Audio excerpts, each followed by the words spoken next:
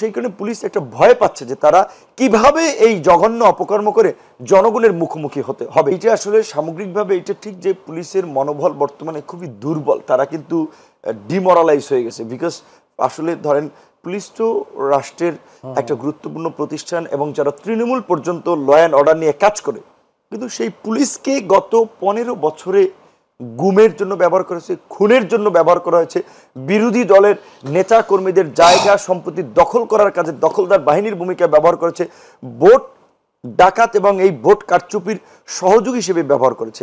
সামগ্রিকভাবে যে সমস্ত কিছু পেশাদার অফিসাররাও ছিলেন ন্যূনতম বিবেক বুদ্ধি নিয়ে তাদেরকে একেবারেই অকেজো বা আপনার গুরুত্বহীন দায়িত্বগুলোতে দিয়ে, যারা একেবারে নীতি নৈতিকতা বিসর্জন দিয়ে এইভাবে কাজ করতে পেরেছেন তাদেরকে SP, DC, range DIG, OC তাদেরকে পদায়ন করেছে।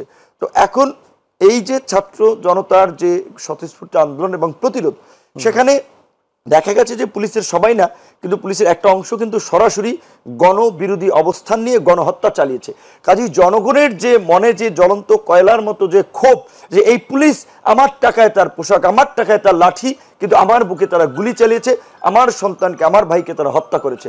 কাজেই এই যে জনগণের একটা ক্ষোভ ছিল, যার ফলে আমরা দেখেছি বেশ কিছু জায়গায় থানা জ্বালিয়ে দিয়েছে, পুলিশ সদস্যদেরও কিছু জায়গায় আক্রমণ করেছে। তো সেই কারণে পুলিশ একটা ভয় পাচ্ছে যে তারা কিভাবে এই জঘন্য অপকর্ম করে জনগণের মুখোমুখি হতে হবে। তো ইতিমধ্যেই সেক্ষেত্রে আমরা সব বিভিন্ন রাজনৈতিক দলগুলো আলাপ আলোচনা করে নেতাকর্মীদেরকে নির্দেশনা দিয়েছি যে আপনারা ওসি অফিসার্স ইন চার্জ যে থানা এবং ইউএনও অফিসে আপনারা দেখা করবেন, সাক্ষাৎ করবেন, ডিসি, এসপি তাদেরকে আশ্বস্ত করবেন যে ল অ্যান্ড অর্ডারকে স্বাভাবিক করার জন্য আমরা রাজনৈতিক দলের কর্মী, নাগরিক সমাজ, সংবাদকর্মী সবাই আপনাদেরকে সহযোগিতা করব।